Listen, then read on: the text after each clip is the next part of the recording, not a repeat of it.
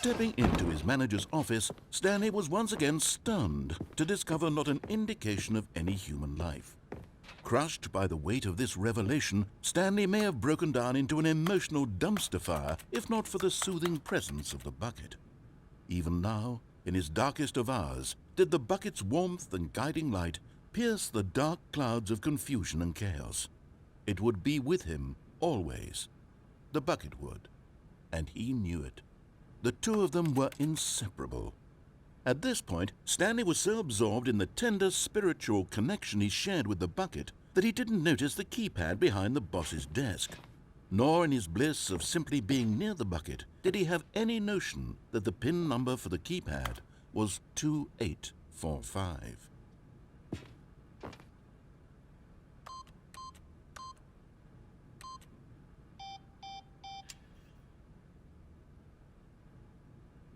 Stanley just sat around twiddling his thumbs. Trying to input anything on the device was useless, since he could never possibly know that the combination was 2845.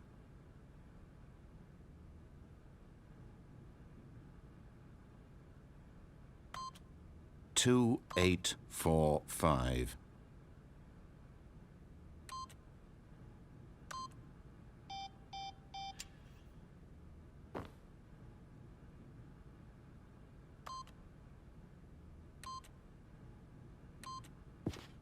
Forgot, but it turns out that the panel's emergency override kicked in, and the door just opened all by itself, and Stanley got the hell along with the story.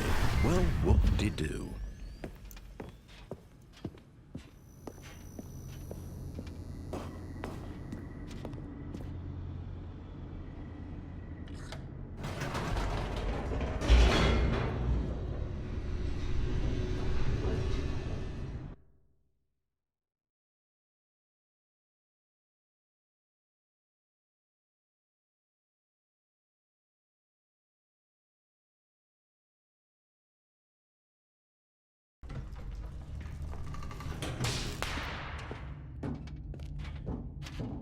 Stanley and the bucket walked straight ahead through the large door that read, "Mind Control Facility."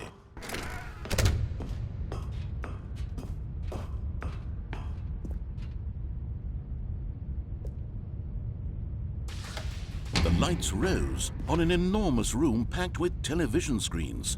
What horrible secret did this place hold? Stanley and the bucket both wondered to themselves.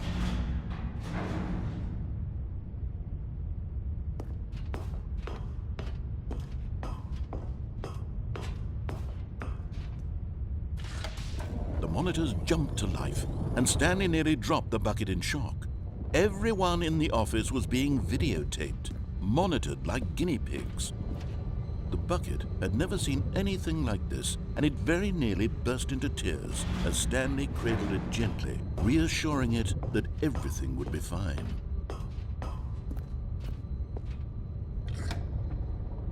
Was the bucket under the mind control facility's influence as well?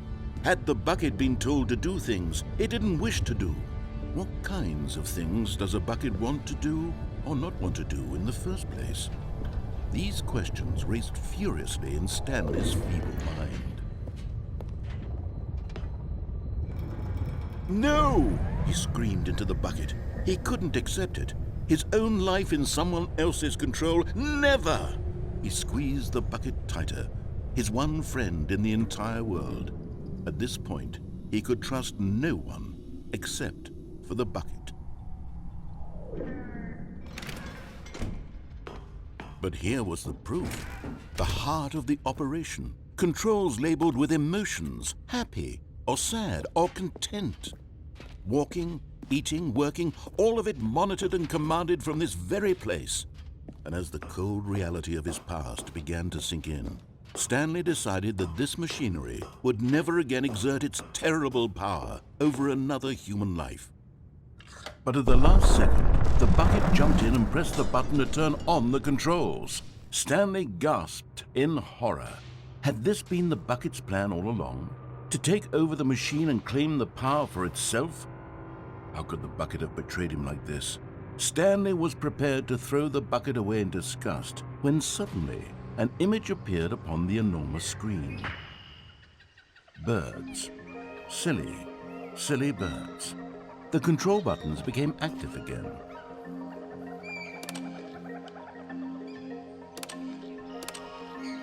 Stanley flipped through one video of silly birds after another, and then it dawned on him.